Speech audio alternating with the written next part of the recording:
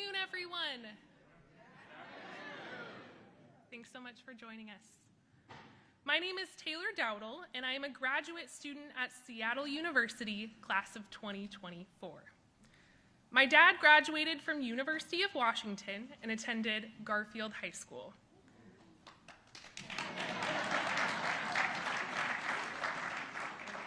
His father, my grandfather, taught at the University of Washington, and my grandmother worked as a compassionate healthcare worker on First Hill.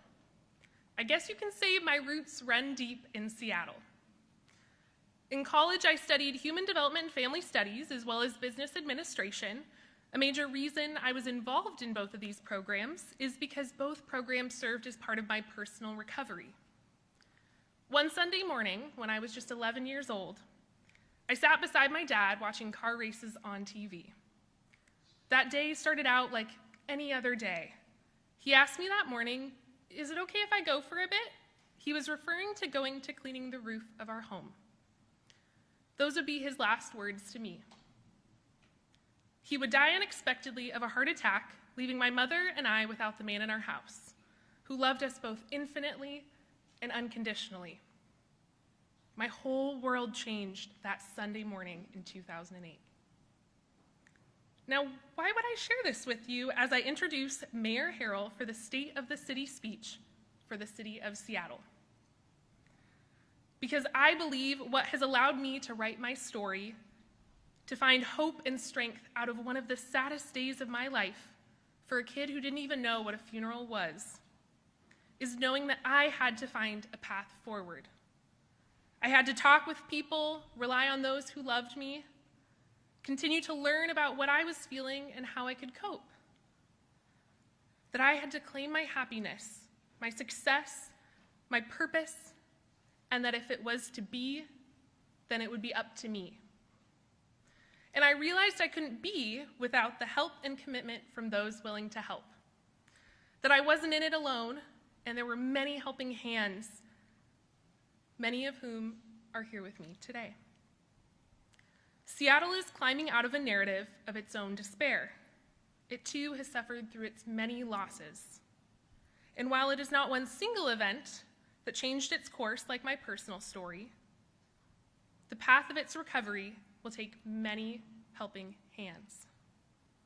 At the helm leading this recovery is our mayor, Bruce Harrell. Last year, I heard Mayor Harrell take the time to present on a community call for Leadership Tomorrow.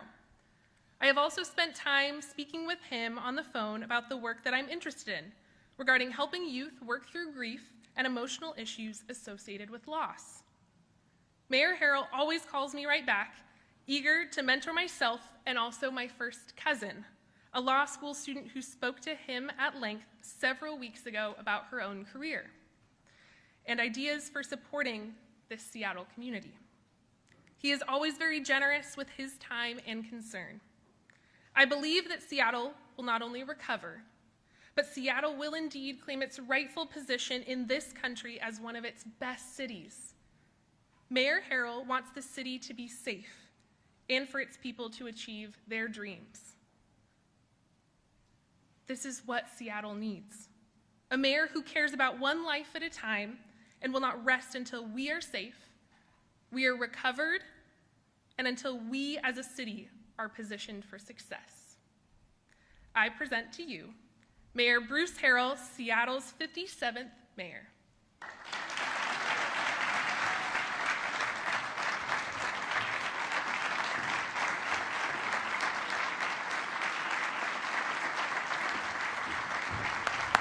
Thank you. Thank you. Thank you. Thank you very much. Taylor, thank you for the warm introduction. You represent the hope of our youth. Your voice helps me push back against the cynicism and the pessimism that will only serve to impede our future as a city. Cynicism, I've always believed, is left for those who are old in spirit, but not you and me. As mayor, I have to be the chief enthusiast of this city. I have to be the architect of its plans, the convener of great minds and hearts in the city, but most importantly, I have to listen to our youth as well. Nobel Prize winner Bernard Shaw once said, "Life is not about finding yourself. Life is about creating yourself." And so, I begin by speaking about what Seattle is, finding Seattle at this moment in time, but I'm more concerned about what it can and will be. We're willing to do the work to create the Seattle we want it to be. And so I begin by first thanking those helping us answer those questions, many of who are here with me right now. City Council members, City Attorney Ann Davidson, members of the Cabinet, members of the King County Regional Homeless Authority. I didn't have that in there, but I see you right there. City employees, community mentors, Dr. Jones, and leaders in the Seattle Public School System. Welcome to the 2023 State of City Address. I need to get that off today. Thank you for being here.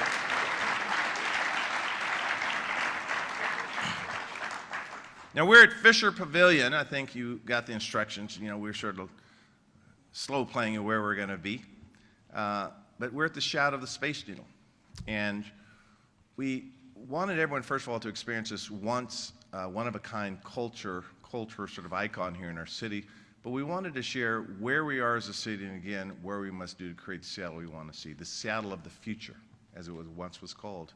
Now, our first year in office, it was defined by an emphasis, quite candidly, on the essentials, on a commitment to just get back to the basics of good governance.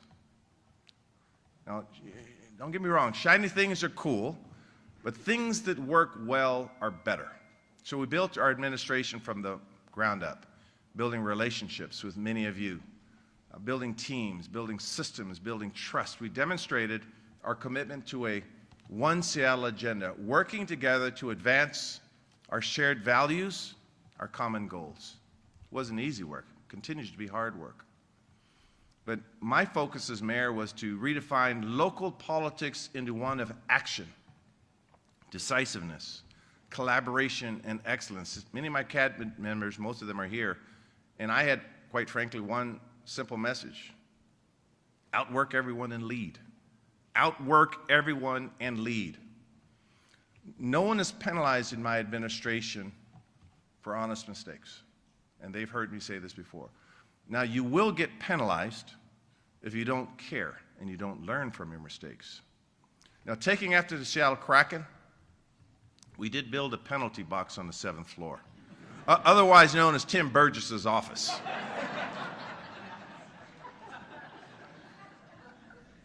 Tim saw a preview of the speech and didn't see that line in there. But in all seriousness, I just want to say thank you. I want to start by saying thank you, Councilmember President Juarez. We just communicated earlier. She's in D.C. right now, but I want to think of her vision of One Seattle and working with us as a leader on the council and putting our philosophy into partnership with the council. I also want to acknowledge her work with the indigenous peoples and the different tribes, the tribal leadership here, not just giving token acknowledgments, but putting her heart and her mind into the story that we all should embrace. I know she's watching right now, so she's probably thinking, yeah, he got me in there. But in all seriousness, she and I have cried together in this work that we're doing, and I could be more prouder to be one of her partners. So since taking office, again, as I said, our focus was on core city government services. These are the services that, by the way, people rely on every single day. Here's an example of the work that we've done. The Seattle Department of Transportation filled 23,000 potholes last year. Now, that's 50% more than they filled in 2021. Yes. And by the way, that's the highest number in the last 5 years. Now, I recognize potholes may not be your thing, but it's an example of paying attention to the essentials. But we must go further. The things that matter day to day, doing these right allows us to look into the horizon. Now, it's no coincidence, again, that we envision a better future for our city than doing so right here at the center of the 1962 World's Fair site. Again, the city of the future. The World's Fair did not look at the city at that time. It boldly envisioned the city of tomorrow. Not what it is, but what is possible, what it wanted to create. Now, a little more than 60 years ago, our city witnessed the design and development of the Space Needle. It was completed in 1 year. Now, in all honesty, it took me about 20 years to get the nerve to go to the top. But that aside, the Space Needle is proof positive that when Seattle Lights put their minds and their hearts and they act with urgency and creativity, we can do big things.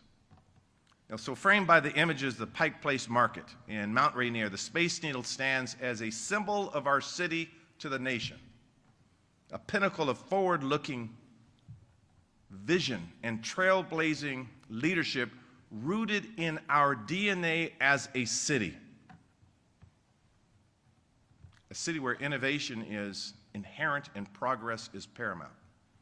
Now today we find ourselves quite candidly needing this kind of approach, a bold vision yet again, a form of what I've referred to as Space Needle thinking.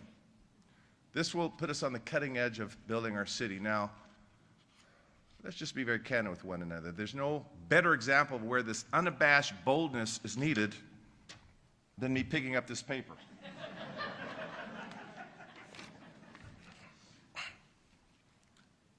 Then our downtown Seattle. Now, when I talk to mayors across the country, they tell me about the challenges they face and what's been done about it. In fact, my executive team could cite chapter and verse what other cities are trying to do, what's working well, what's not working so well. From the remote work revolution to ever-evolving retail landscape, the issues facing our downtown are not unique to Seattle, but what is unique are the resources that we have, the energy and the focus we can harness to solve these problems, to transform our downtown, and quite candidly to write a new playbook for this country on what a downtown neighborhood should look like. Look, I'm bullish on downtown. Let me say it again. I am bullish on our downtown. 100,000 residents, over 320,000 jobs. The undisputed economic engine and cultural hub of our region, our downtown is a special place, and this country understands that. The problems we are facing are not insurmountable, and the opportunities, therefore, are immense. In the coming months, you'll hear more about what we're referring to as our Downtown Activation Plan, DAP. Sounds sort of cool. These will reflect both immediate activation strategies to make downtown safer and more welcoming, along with long-term transformational enhancements designed for residents and workers and neighborhoods and neighbors and tourists. Now, not a day goes by when either I or a member of my executive team are not working on this activation plan and talking with those that have the resources and the ideas to help us achieve it. So last year, I announced we were bringing employees back to the office, and I'm very pleased that employers like Amazon recently announced and recognized that coming back to work downtown is a great thing. And I, as mayor, embrace the proposition that it must be safe for them to return. As employees return, it has to be safe. So last week, I spent time walking 3rd Avenue all the way from the Pike Square light rail station up to the Pike Pine streets. And our plan recognized that downtown safety concerns they're real. There's no way else to say that. We don't create a self-welcoming downtown for everyone. If we don't create that, everything will fall flat. It's as simple as that. Now, our city attorney, Ann Davidson, she recognizes this. She's an important partner who listens to the needs of residents and small businesses and then acts to fairly and justly hold people accountable for their behavior. So next month, I'll be issuing an executive order that takes steps to address the public health crisis on our streets caused by the epidemic of fentanyl and other synthetic drugs. Last year, 590 people died on our streets from drug overdose. That's 590 people too many. So on my walk along 3rd Avenue last week, I actually saw people using fentanyl. And quite frankly, it just breaks my heart. These are our sons and daughters. These are our brothers and sisters. These are moms and dads. These are people in our city. These are human beings who need treatment and care. To our administration, they know we lead with compassion and do everything we can to help people suffering from substance abuse disorder. Working with our public health partners, we will provide access to people who are in need, and that is, quite frankly, just the right thing to do. And for those trafficking these deadly drugs, for those preying on and exploiting our most vulnerable, for those who are using guns to commit crimes, we will arrest, we will prosecute, and we ensure accountability. That's the right thing to do, too. It's as simple as that. No one has been as impassioned of a voice for the need for evidence-based, effective treatment solutions than Councilmember Sarah Nelson. I wanted to give Councilmember Nelson a shout out. I've heard her do work and speak on this area. I appreciate her continued advocacy for people who need our help because we must do more. There's a sign in back that says applause right now. Applause.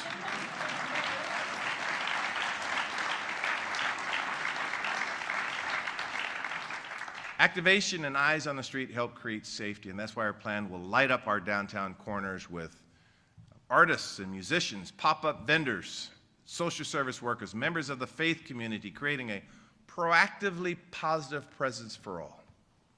Our Seattle Restored program has already helped fill 30 formerly vacant downtown retail spaces with small businesses and entrepreneurs.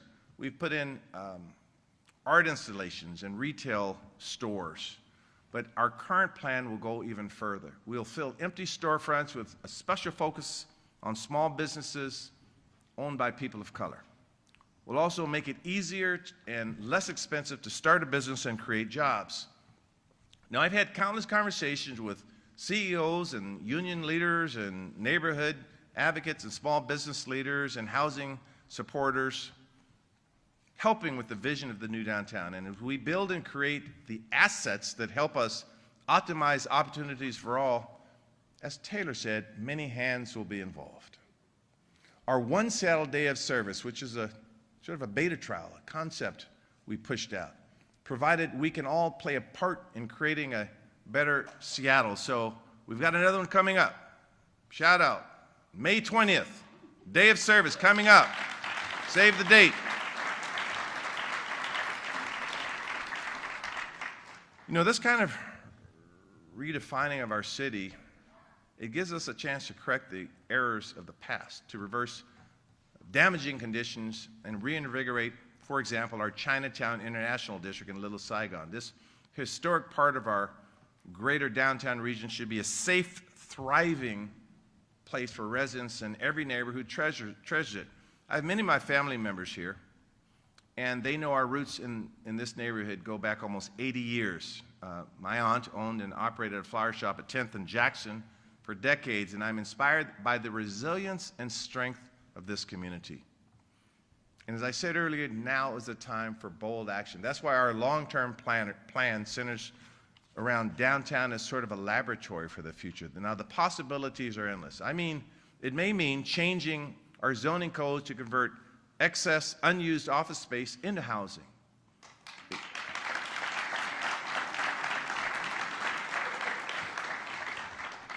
It may mean allowing greater flexibility in the use of street-level building spaces. It may mean new hotels. It may mean restaurants and entertainment businesses in the stadium area, while at the same time protecting and growing our industrial maritime jobs.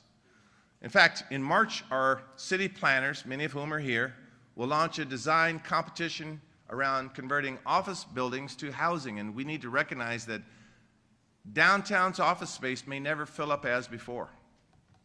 We need more housing options, so let's make downtown affordable for everyone who wants to live there.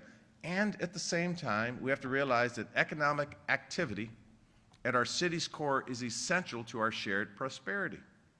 It has been our economic engine that has powered our stability. So that balance is what our plan will address. Sort of on the cool side of things, it may mean a linear arts entertainment culture district that connects downtown with multiple neighborhoods, or identifying a 24/7 street, a stretch of several blocks where you can find a restaurant, bar, grocery, or your favorite clothing boutique at any hour of the day. see some of my children are here. That doesn't mean you could go down there any hour of the day, but some will go down there any hour of the day. It may mean working with the Pike Place market vendors to extend further into our downtown to sell their goods to a wider audience. So we must ensure that downtown, once again, is a destination where people want to be. Now, the recent opening of the convention center, the groundbreaking of streetscape improvements we announced last week at the Pike Pine Corridor, the redevelopment of our waterfront, connecting it to downtown along with 20 acres of new parkland along the waterfront, the Major League Baseball All-Star Game, the FIFA World Cup matches coming here. Now, there is a lot to be optimistic about. Understand that.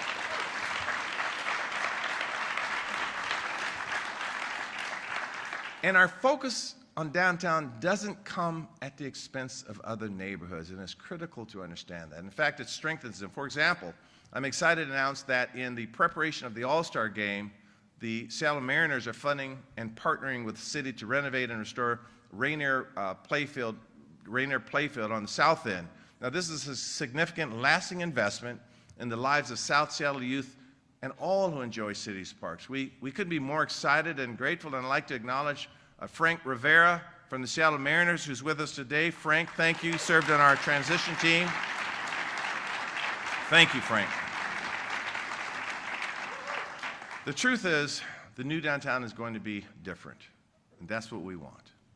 That's what we need. Downtown must be a place for everyone, a testimony to people at home and around the world of a metropolis not in decay, but ever on the rise. We are taking a One Seattle approach to developing this plan through public-private philanthropic partnerships, and we are aligning our investments, our ideas, our energy toward the common goal of rebuilding downtown Seattle. Now, some cynics, Taylor, some cynics may demand the exact blueprint for our entire downtown immediately. But we need to do this right. It has to be sustainable. And we're working 7 days a week to deliver.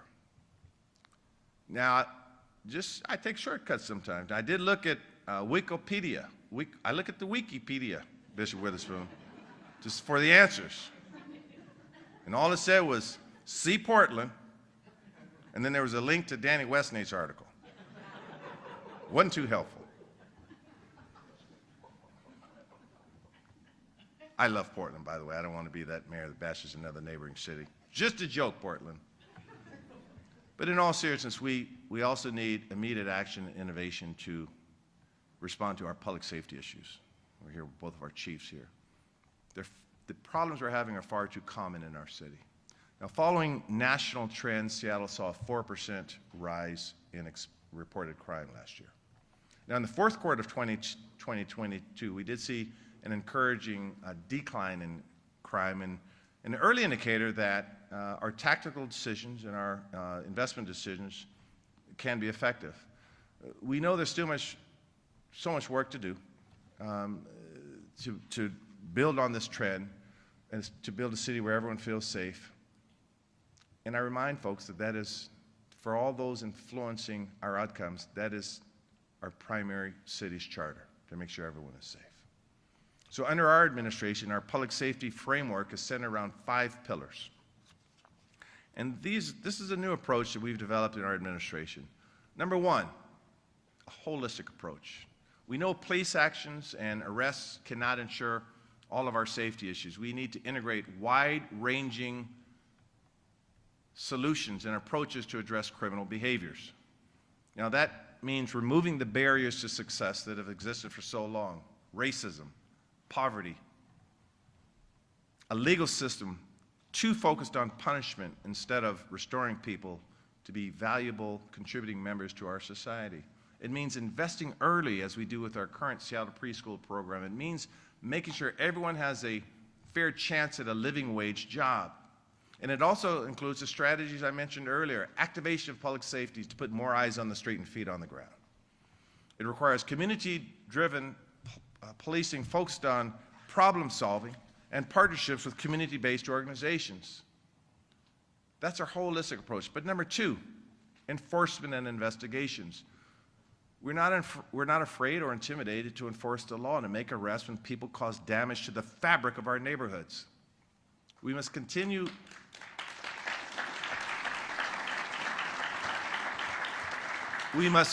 to improve our investigations and our systems, as we've done recently with the police department's sexual assault unit. Now, our third pillar is around our efforts in recruitment and retention. We need more officers to address our staffing crisis. It relieves pressure on our current officers and enables more tactical options like the successful emphasis patrols we placed on 12th and Jackson on 3rd Avenue. We've made significant changes to our hiring system that have been a constrained capacity, and for years we cut the length of time it takes to apply by 50%. Now, we're also ramping up our marketing spending in these areas fivefold, using modern digital advertisements to reach a diverse area of applicants from communities across the city. And I tell those interested in police reform, protect the communities you love and serve. This is our recruitment strategy. I'm working with those interested in helping us build up a great department. I want to thank Councilmember Peterson for his unwavering support for a police department with the right number of officers and the right kind of officers. Thank you, Councilmember Peterson. Now, last year I attended every single patrol roll call to meet with our officers. That was a modern first. Now, I needed them to know how much I appreciated their strong public service. That's the first reason I met with them. I also needed them to know my expectations as their mayor. And I also needed them to know that they can be the biggest recruiters as we rebuild the department in a one Seattle way. This is a journey they are on with me to help restore public trust, to help restore public confidence, which really leads me into the fourth pillar, what we call cultural excellence. That ensures that our public safety leaders prioritize de-escalation through a lens of cultural competency. They embrace the values of accountability, justice, compassion, and empathy. And last, that is a clap. Thank you. By the way, it only takes one person to start a clap for me. See, that sister in the back gave me a clap on that. Cultural excellence. Our last pillar is we have to be a learning organization as a police department. We have to be open and transparent. We have to learn from our mistakes. We have to use data. We have to be receptive to feedback. We have to drive innovation. We have to explore new technology. We can't just do things the way we've done in the past. We have to learn from everything, a constant, living, breathing, learning organization. Now, this framework that I just described, this five-pillared framework, will inform a suite of legislation I plan to send to the council this year, ensuring we are aligned on the number of officers we need, a comprehensive strategy, and a vision for the future of public safety. We know that police officers cannot solve every problem. By expanding our public safety toolkit, we can better meet the needs of our residents, especially those with behavioral and mental health needs. Now, Seattle has done this kind of thing before, this kind of innovative path before. In 1970, the city founded the Medic One program. Now, this trained firefighters and paramedics in partnership with Harborview Medical Center and the University of Washington. And by the way, now would be a very appropriate time to remember Dr. Leonard Cobb, many of who you know. He passed away last week at the age of 96. And Dr. Cobb was one of the founders of the Seattle Medic One program. He and the Seattle Fire Department helped set the standard for excellence in pre-hospital emergency care, a standard that remains a national model today. So applying lessons from a nationally proven model and locally pioneered solutions like Health One and the police department's current mental health crisis response unit, we can do this again through the foundation of a third public safety department working alongside police officers and firefighters. I recently appointed Director Reba Gonzalez as the new leader of the Community Safety and Communication Center, our 911 call center. Reba, as she is affectionately known from the fire department, she comes from the great fire department. Now, when I say great fire department, they weren't responsible for the great fire. They're a good department, a great department. But just to be clear, when we expand the Community Safety and Communications Center, it's going to be more than simply answering 911 calls. Staffing this newly envisioned department with behavioral health experts, emergency dispatchers, and other necessary specialists beyond traditional first responders, this department will be a civilian-assisted response and engagement department, CARE, a care department. In the coming weeks, we will be sharing with the City Council a comprehensive white paper envisioning what this third department may look like. And I sincerely appreciate the work of Andrew Lewis, Councilmember Andrew Lewis' consistent push for more options to help more people stay safe and healthy. And let's give Councilmember Lewis a hand. Thank you for your leadership. Now, while advancing the work of the care department will require bargaining in partnership with our current city's public safety and labor unions, I see you and I hear you, but we'll also demonstrate our commitment to a diversified response. We know that's what the people want. So we will continue to look at a diversified response through the launch of a dual response pilot program later this year. Now, we are committed to embedding public safety in everything we do to broaden our approach. So this year, we will hire 26 park rangers. Now that's a massive expansion of the program proposed by our administration. Now these mayors represent, again, another form of diversification, serving as ambassadors and guides. At the same time, they help connect residents to support that they need. Now, I'd like to transition to one of the other critical issues facing our city, which is homelessness and housing. In our One Seattle that we envision and we are trying to lead, we believe that no one should have to live outside sheltered. Nobody. So in our first year, we responded to homelessness like the crisis it is. That started with our administration pioneering the Unified Care Team, or UCT work, a simple yet novel concept that by aligning all of our city departments working on homelessness and aligning them and organizing them the right way, we can do better for those living on the street and everyone in our communities. Now, the facts bear this to be true. In 2022, the UCT delivered over 1,800 referrals to shelter in partnership with contract outreach providers, helping connect those experiencing homelessness with places to go, with service resources. In tandem, the number of parks and green spaces significantly impacted by encampments were reduced by 70%. Now, parks are among our city's greatest amenities and resources for all of our residents. So this year, we've worked to make them clean and open and accessible to all, a needed change after the pandemic, and this reminded us that without proper care and attention, our parks can fall into disrepair. With help from the UCT and the homelessness advocates, we created new systems to keep our city public spaces clean, free of debris and trash, and engage directly with community members. Again, all hands on deck. We also created the One Seattle Homelessness Action Plan website and centralized a constituent service hub and provide new levels of transparency to our residents regarding the scale of the crisis and what we're doing to address it. Just opening up the books for everyone could see what we're dealing with. And we've significantly reduced the tents on downtown streets, aligning the UCT's efforts with those of the King County Regional Homeless Authority. Working with KCRHA, the King County, and the We Are In Collaborative and private businesses and philanthropic organizations, we help launch Partnership for Zero and the Housing Command Center. These are innovative approaches to swiftly match people with needed housing. I want to recognize Councilmember Herbold's leadership as a leader on the King County Regional Housing Association's governing board member, and she inspires me to continue to push for new ideas and measure results to support communities in need. Thank you, Councilmember Herbold.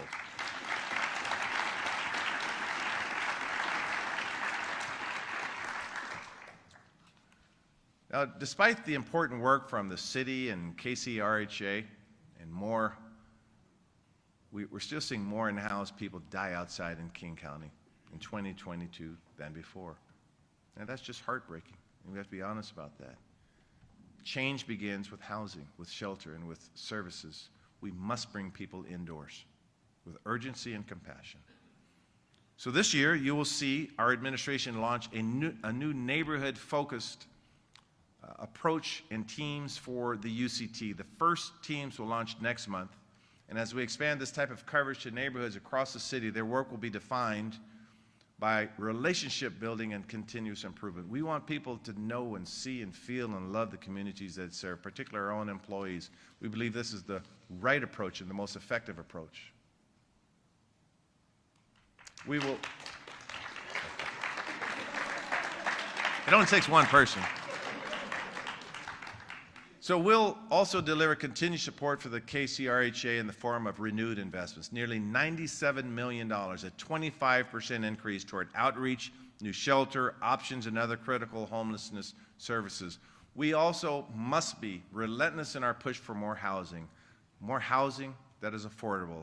Our affordable housing crisis is not one that can be solved in a single year or even a single budget cycle, but we are putting in place the necessary improvements to get this done. And I'm proud of the fact that we helped produce more than 2,200 units of affordable housing in 2022, a significant percentage of the nearly 13,000 units of overall housing produced across Seattle. Now, we can't lighten up or let up in 2023.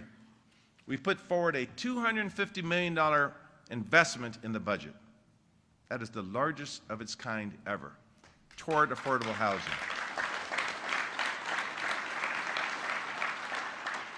We led with improvements to design review, and we founded a housing sub-cabinet.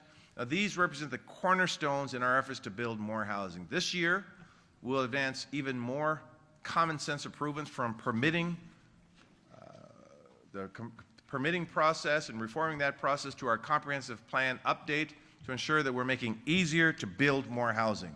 Further, my administration is making great strides in developing our city's next housing levy. Now, this work to develop the details of this tried and tested program, our housing levy, for growing our housing stock is absolutely critical this year.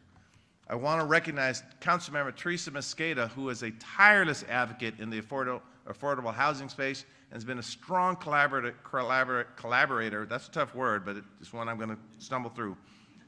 A collaborator, Teresa Mosqueda, in this process. Thank you, Councilmember Mosqueda.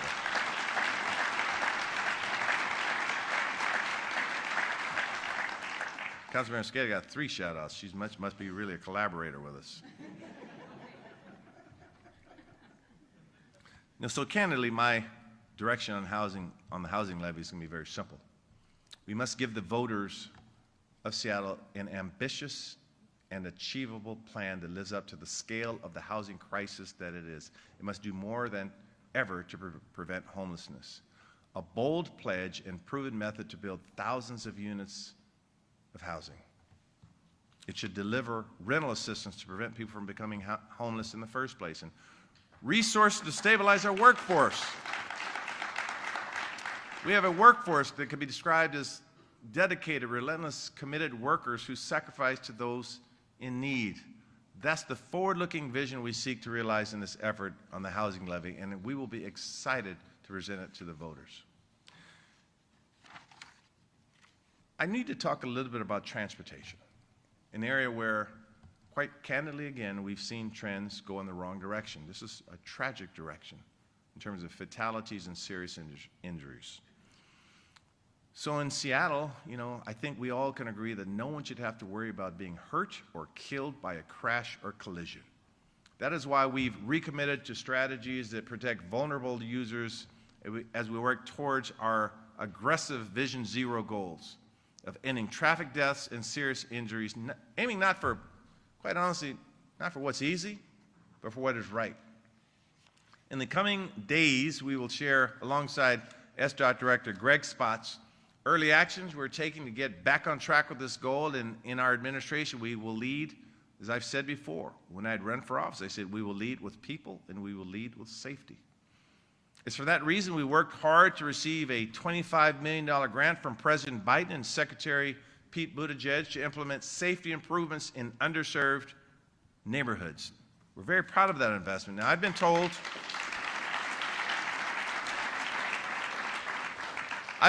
that Joe and Pete, as I know them, I don't know about you guys, I'm on a first-name basis with them.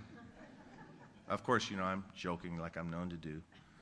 Let me be very clear that I think they're waiting for a shout-out in D.C., but it's our federal delegation, working with our federal delegation and members of our team, working together, we're successful because we centered here in Seattle equity, and we had a clear plan. And that's why we received these kinds of investments. I want to give a special shout out to Councilmember Tammy Morales, who has been a strong voice for pedestrian and cyclist safety in South Seattle and across the city. And I look forward to working with Councilmember Morales to help make these investments real. Thank you, Councilmember Morales.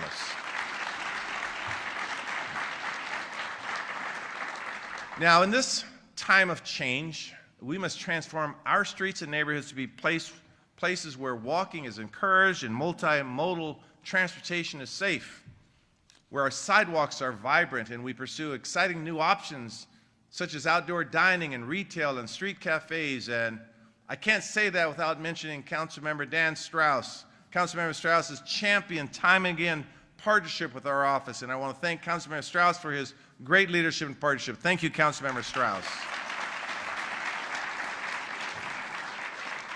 A transportation system where there is thoughtful calibration and collaboration with our freight, maritime, and small business partners, and where we prioritize infrastructure improvements for nearly 200 bridges that we own, inspect, and operate. It was my honor to help get the West Seattle Bridge repair across the finish line, an incredible effort of One Seattle teamwork that reconnected our city, including 100,000 West Seattle residents. And Councilmember Harrell, I'm going to try to say this, we can't have one Seattle without West Seattle. Channeling in my Councilmember Harrell.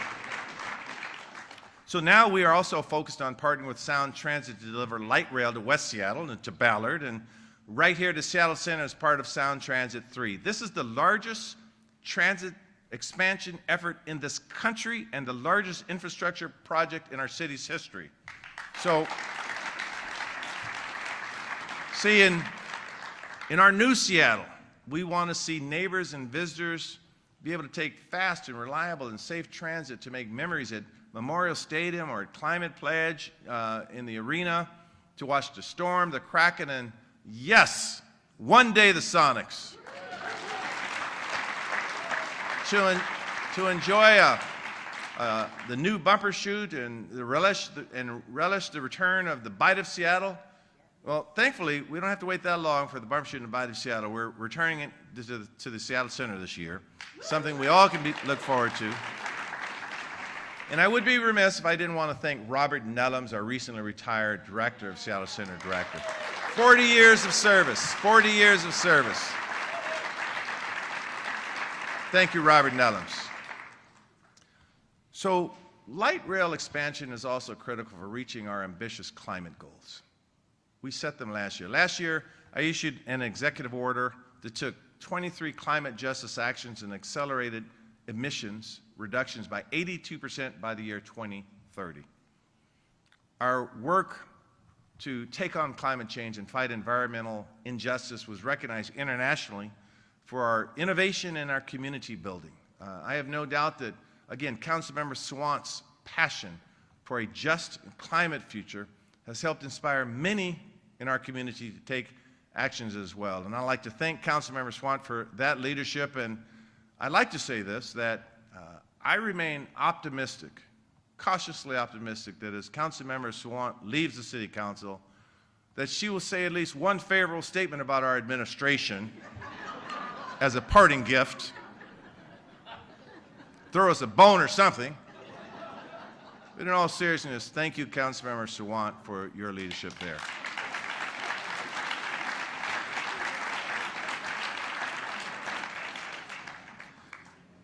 This year, we're ready to implement some of the strongest building performance standards in the country, helping deliver clean buildings across neighborhoods in the city and hundreds of new green jobs in the process. We'll also continue to support households in replacing unhealthy oil furnaces with modern clean heat pumps.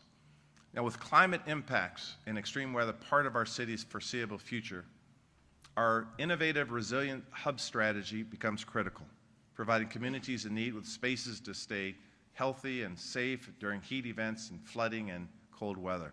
We seek a Seattle with 30% tree canopy, a target based on health and equity and climate resilience, a vision for a truly an emerald and evergreen city. We have to work to protect and grow our tree canopy, and in the coming weeks, I will share the details of a new legislation and an executive order to preserve and plant tens of thousands of trees.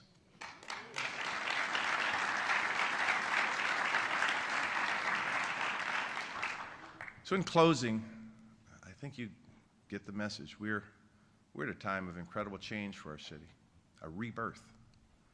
In 1918, contrary to popular belief, I wasn't around then, but in 1918, a young man in Kumamoto, Japan, traveled over 700 miles to Tokyo to become a sumo wrestler. Now, his family never knew what happened to him in Kumamoto, and the problem was he was a big man, but he wasn't a very good sumo wrestler. So he decided to leave Tokyo and come to the United States to seek safety and prosperity, and found work as a houseboy in Seattle's Broadmoor neighborhood, where he learned to speak English from a very kind family. In 1942, he was falsely arrested for being a Japanese spy, and he was put in prison. Then he was moved from the prison to an internment camp with his family. That man's grandson became the 57th mayor of Seattle.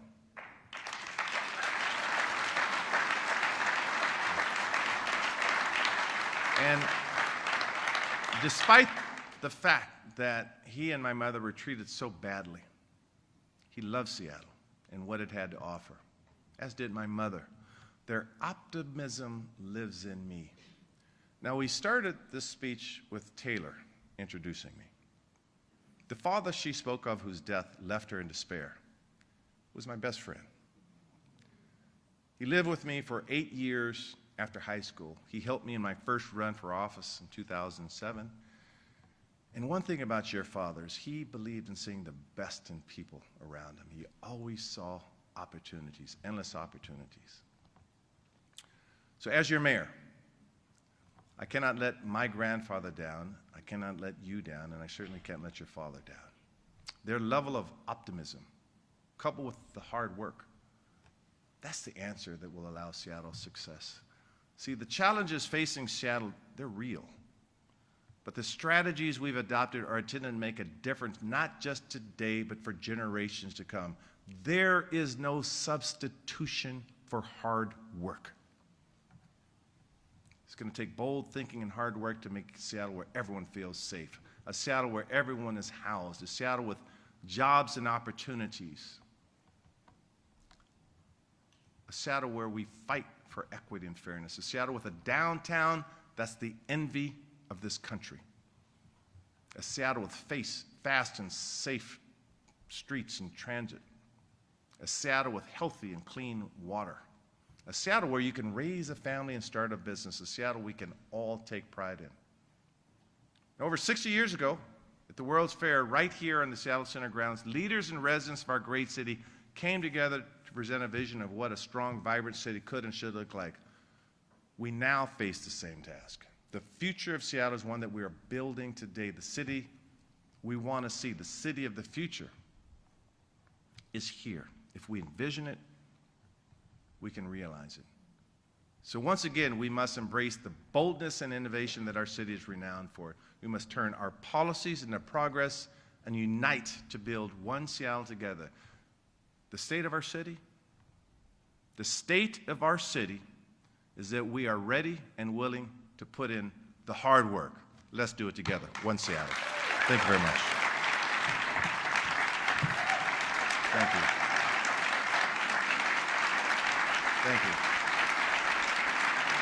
Thank you for being here. Thank you for being here. Thank you.